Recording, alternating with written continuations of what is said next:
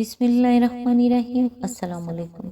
دنیا کی ہر چیز تمہارے خلاف ہو سکتی ہے، تم اکیلے ہو سکتے ہو، مگر جب بھی تم اپنے رب کو یاد کرو گے تم اسے ہمیشہ اپنے سب سے قریب پاؤ گے۔ تمہارے دل کو سکون صرف وہی دے سکتا ہے۔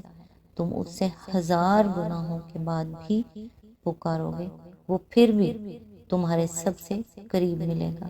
اللہ پر توکل رکھیں۔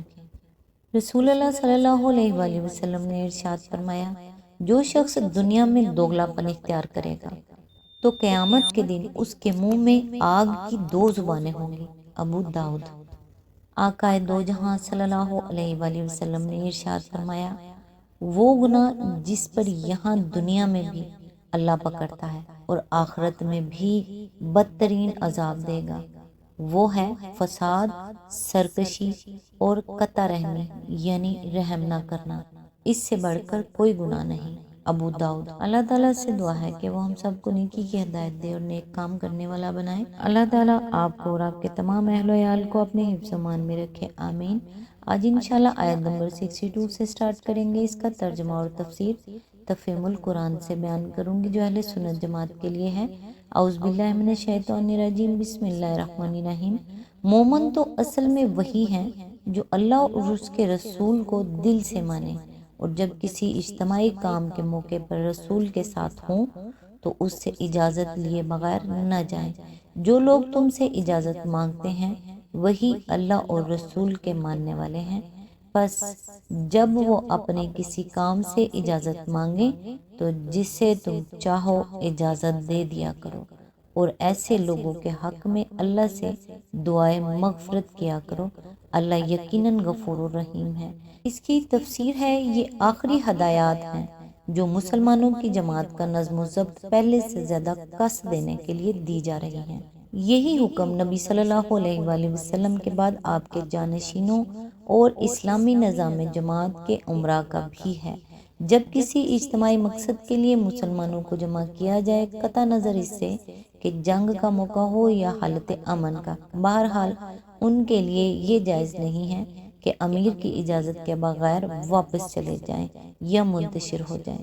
اس میں یہ تنبیہ ہے کہ کسی واقعی ضرورت کے بغیر اجازت طلب کرنا تو سرے سے ہی ناجائز ہے۔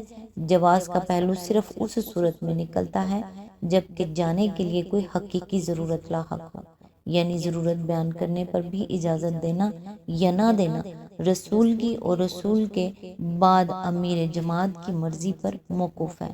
اگر وہ سمجھتا ہو کہ اجتماعی ضرورت اس شخص کی انفرادی ضرورت کی بنسبت زیادہ اہم ہے تو وہ پورا حق رکھتا ہے کہ اجازت نہ دے، اور اس صورت میں ایک مومن کو اس سے کوئی شکایت نہیں ہونی چاہیے۔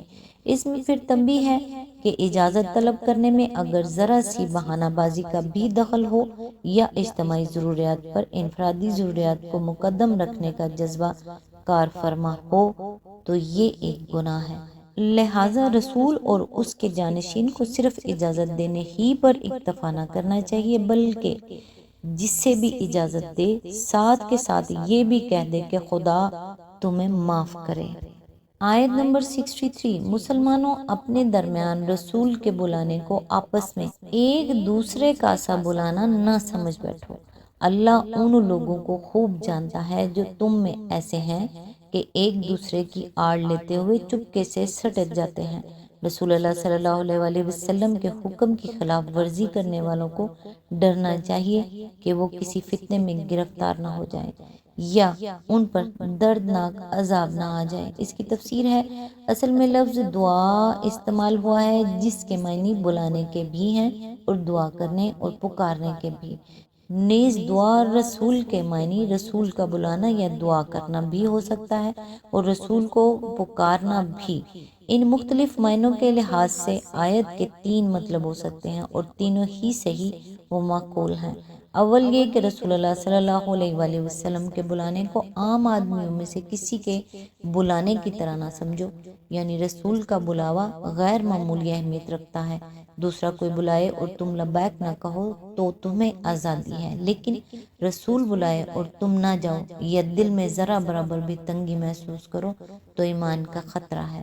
دوم یہ کہ رسول کی دعا کو عام آدمیوں کی سی دعا نہ سمجھو، وہ تم سے خوش ہو کر دعا دے تو تمہارے لیے اس سے بڑی کوئی نعمت نہیں، اور ناراض ہو کر بد دعا دے دیں تو تمہارے اس سے بڑھ کر کوئی بد نصیبی نہیں۔ سوم یہ کہ رسول کا پکارنا عام آدمیوں کے ایک دوسرے کو پکارنے کی طرح نہ ہونا چاہیے، یعنی تم عام آدمیوں کو جس طرح ان کے نام لے کر با آواز بلند پکارتے ہو، اس طرح رسول اللہ صلی اللہ علیہ وآلہ وسلم کو نہ پکارا کرو۔